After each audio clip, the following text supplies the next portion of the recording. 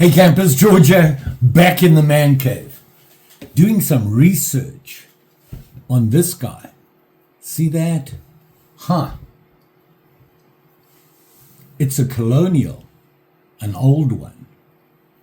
Trying to find out more. Let's check it out.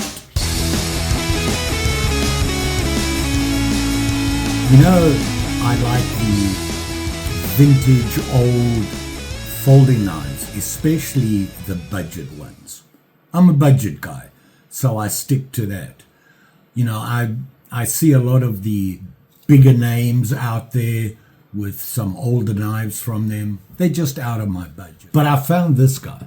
See this guy? And I just saw it and I looked at the blade, didn't really pay attention, looked at it, it was a Colonial. Yeah, well, I got to get it. I have a bunch of Colonials. So I got it and I finally got back to it. And to my shock and horror, let me show you what's on it. Kind of surprised me. Look at that. This is one busy knife. I didn't realize just how much was on it. Look at that. You've got a hawkbill blade on it. You've got a regular, spear point blade and a sheep's foot. You've got 3 blades on this thing. You got a can opener and you've got a bottle opener on it, an awl, and yeah, they even have a corkscrew on it. Now, it originally came with a bail, and that's what I was looking up. I wanted to see what the bail looked like, and no problem there. Now, it's in pretty good condition. You can see that. There's not a lot of rust or anything like that on it. I needed to know what it was. You know, there's not a lot of information about old tools from Colonial. And something I didn't know is that they're still in business, just so that you know. But they only support their later model knives. I found a picture. You know, that's what I was doing on here. It says Mountain Guide on it. Now, I found a couple of those. This one has nothing on it, and I thought maybe it had just worn off. But nope, there's no writing or anything on it. Did notice that knife and a lot of them that I came across didn't have this, the corkscrew. They had this cut out and everything, but they hadn't they'd taken the corkscrew out. So, you know me, you got to try and keep it original. So I need to make a bail for it. Need to clean it up. It's not in that, like I said, it's not in that bad a condition. The only problem I have with it, and I'll show you that now, and I found that out the hard way. When I was at a swap meet, and when I saw it, it was lying in the box, and I thought it was just, a China-made copy of a Victorinox. And I went to grab it and poked myself. Look at that. You see that? This is bent and it sticks out. You see that? And I poked myself on it. So I got to fix that. And apparently somebody's tried because they've been bending this part. And I suspect they're really having a hard time to do that. The only way I can really figure it out is you can see when it's closed here, it kind of goes up. So I have to bend this piece to try and level that out, and then maybe, I think try and bend that in more so it's not sticking up. So that's the plan. What do you think? What we need to do is, it just needs a good cleaning, get rid of the any heavy rusting or anything like that on it. But the main issue we have is this guy. And once we figure out how to fix that, we got to make a bail for it. And I've made a couple of bails before, and this is what I use. And yeah, you know what it is? It's a wire hanger. So I find that they're strong enough and springy enough to make a bail. But first of all, we got to take care of this guy. And I'm looking at this and I'm wondering how to be at least level, which will bring it down and then bend you can see here I'll show you this way. You see how it goes up at an angle. We got to get that down so that it lies level here, and then get this point to be down so that you're not going to catch yourself on that. That's going to be a challenge. What I'm thinking is maybe, I don't know how strong the steel is, but maybe twist it so that this point goes down more, and then bend this somehow at an angle like that to bring it out level. So I'm going to try that. Ooh. Okay, here you can see I've got the point facing down into the side, almost into the handle. The problem I still have is that. Makes me nervous.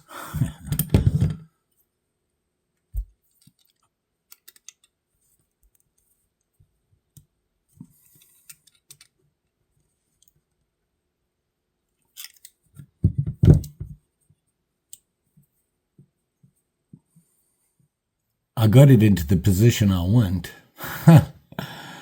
Unfortunately, when I was testing it, it broke. I don't know how I'm going to fix that. I'm going to have to pull that pin. You could see it had been bent a couple of times, and I think I was just the one who was going to do that last horrible bend. What a pity, because look, it actually fits. Disappointing. Very disappointing. Okay, so crying myself to sleep for a week, thinking about this disaster, I decided I'm going to try something else. I'm going to see if I can find a corkscrew that fits. So I went to the local thrift exchange, whatever you call them, store, and they had this guy.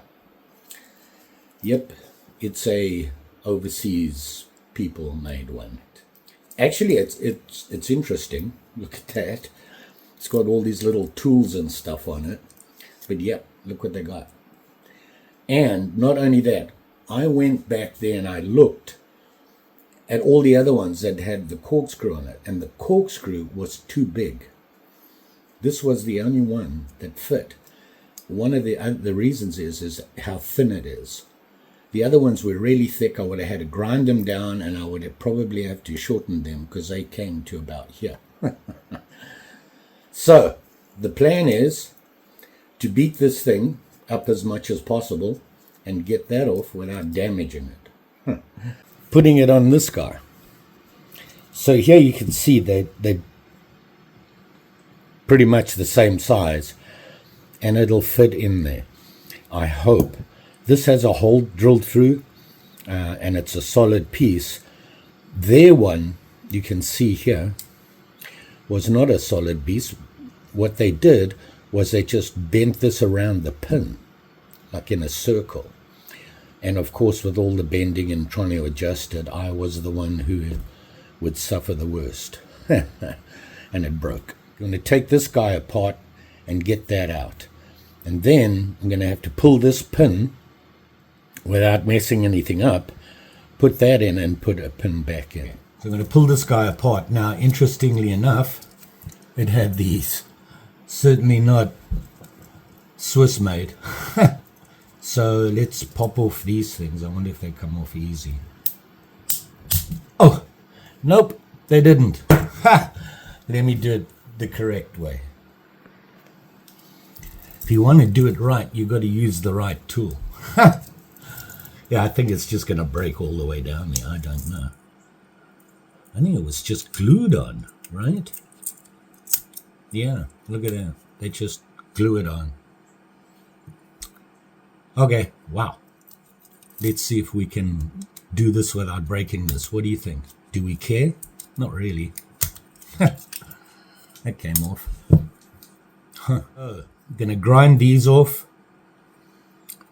and push that pin and get this guy out.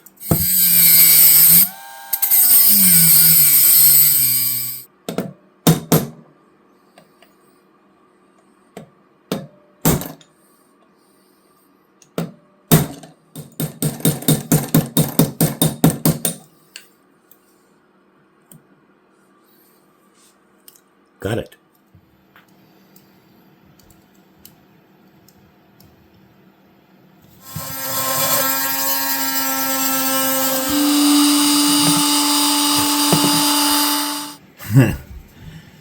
Wow. That pin right there is a lot harder than I thought it would be. I had to drill, punch, kick, bite, pull, you name it, just to get it to move. What I wanted to do, you can see I've got it out. I don't know if you can see that. The pin is sticking out. I had to grind out this side, and I kind of damaged the scale a bit. Well, not a bit, quite a lot. Just to try and punch the pin this way enough so that I could cut it off, punch it back, put it in, and then punch a pin through, screw, and it fits in there. Okay. Now I've got to punch a pin in there, and then I've got to try and clean up this thing. Man, I struggled. My Dremel struggled. Everything struggled with this. So let's see what we can do.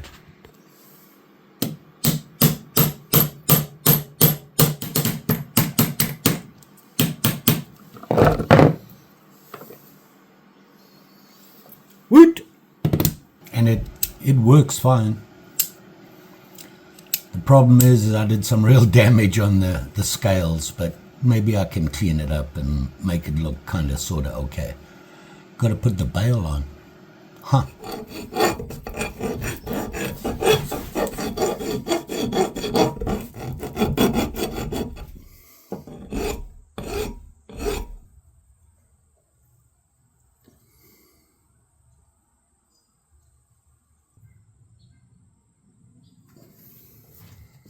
Well, I got the bail on. It's not perfect. You can see it there. All I used was a wire hanger. Cut it up, trimmed it off, and kind of squared it up. It works fine. I mean, it's fairly floppy and whatnot. I need to make a jig. I need a jig to make bails. I'm going to have to figure out how to do that. Maybe I need so many things. Here's the corkscrew works great now and actually fits in there pretty good. Actually, it looks like it should be. So here we are. I've got some wet dry sandpaper, 1000, 2500, and I've got some 600 grit. I beat these up a lot. Well, first time I'm learning, and I'm learning a lot. I want to clean these up, the skins up. I feel that if you're going to build on these things, you've got to take the skins off, which means stripping the knife down. I don't know if I'm ready to do that yet. But we live and learn, so because we don't want to do that, we have to deal with this mess. And let's see if we can shine it up and get it looking better than this right now. And then shine everything up, clean up the inside, get rid of rust and things like that, polish the blades, the edges, and make it a true sharp and shiny again. So I've got the 600 grit here, and I'm just lightly sanding it. I'm going to try and get rid of as much of the really bad dings and scratches, but obviously I don't think I'll be able to get them all. You just got to sit here and have a way at it.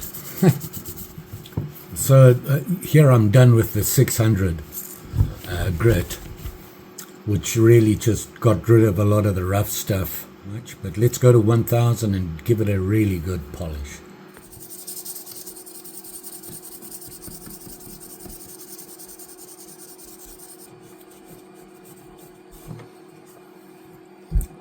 Well, it's definitely getting smoother. So I think I'm going to try the 2500 on it. Maybe not. I think I'm just going to flitz it. I think that's what I'll do. So now we need to shine up the rest of the stuff that needs to be shined as well. And clean up all this. Now that I knocked my water over. Wow, more coffee.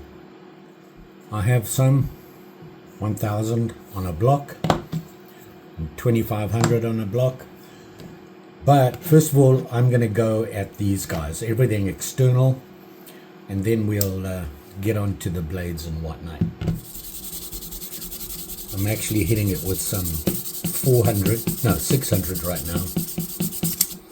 Just very quickly.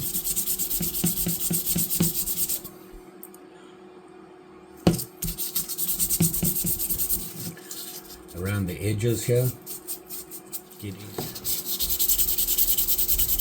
Just so that you know, these blades, they're not sharp at all, so I'm not too worried about that. Pretty boring, but has to be done. And I'm not using the blocks on these because there's so many ups and downs. Your finger pressing on the paper tends to get a little bit more chance of getting them all. Quick rub down each track. They're pretty thin, otherwise I'd use my little thin awl to do this, but very thin. So I don't think it'll fit in there, and I don't want to bend anything. Again. Never learn, do I? Well, I gotta say, it's starting to look better. I need to shine that, but I think I'm just gonna flitz that a little bit. Not a lot you can do with it. It's really difficult, and I don't want to take it off again. So they cleaned up nice. Look at that. Like I said, it was in good condition. So let's have the blades. The boss is here. Mary, what's going on? You checking out everything? Are we safe here? I gotta go and do. Oh, we're keeping her up apparently. Ignoring me. Let's get back to work. So I'm going to go through each blade, clean them up, get rid of the rust, and then give them a polish with 1000 grit, and then flitz them up and sharpen them up. I'm going to use the pencil to get rid of the rust. There's not a lot of it, so that hopefully will be enough. So let's do that. Let's rub it with the pencil, and it gets rid of the heavy rust.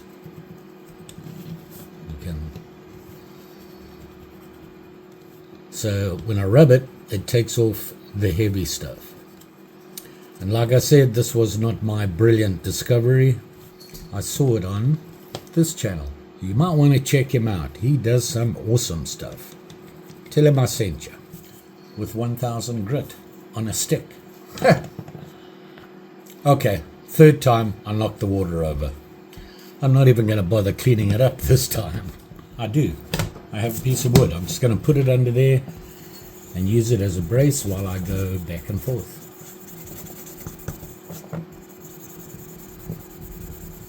So this blade here, probably used the most, in pretty bad shape. Rust. It still has its shape and everything, but I'm just going to give it a complete rub with the pencil. And you can see it gets rid of a lot of the heavy stuff. There'll still be stuff on there, but get rid of it with the sandpaper or whatever you want to. Left probably, but it'll be a lot better than it looks now. So after rubbing it a bit, yeah, you can see it now. Much cleaner. Well, it's nice and shiny, and except where I messed up on the the handle there, it looks a lot better. Just got to sharpen those blades, put a little bit of flitz on, polish them up.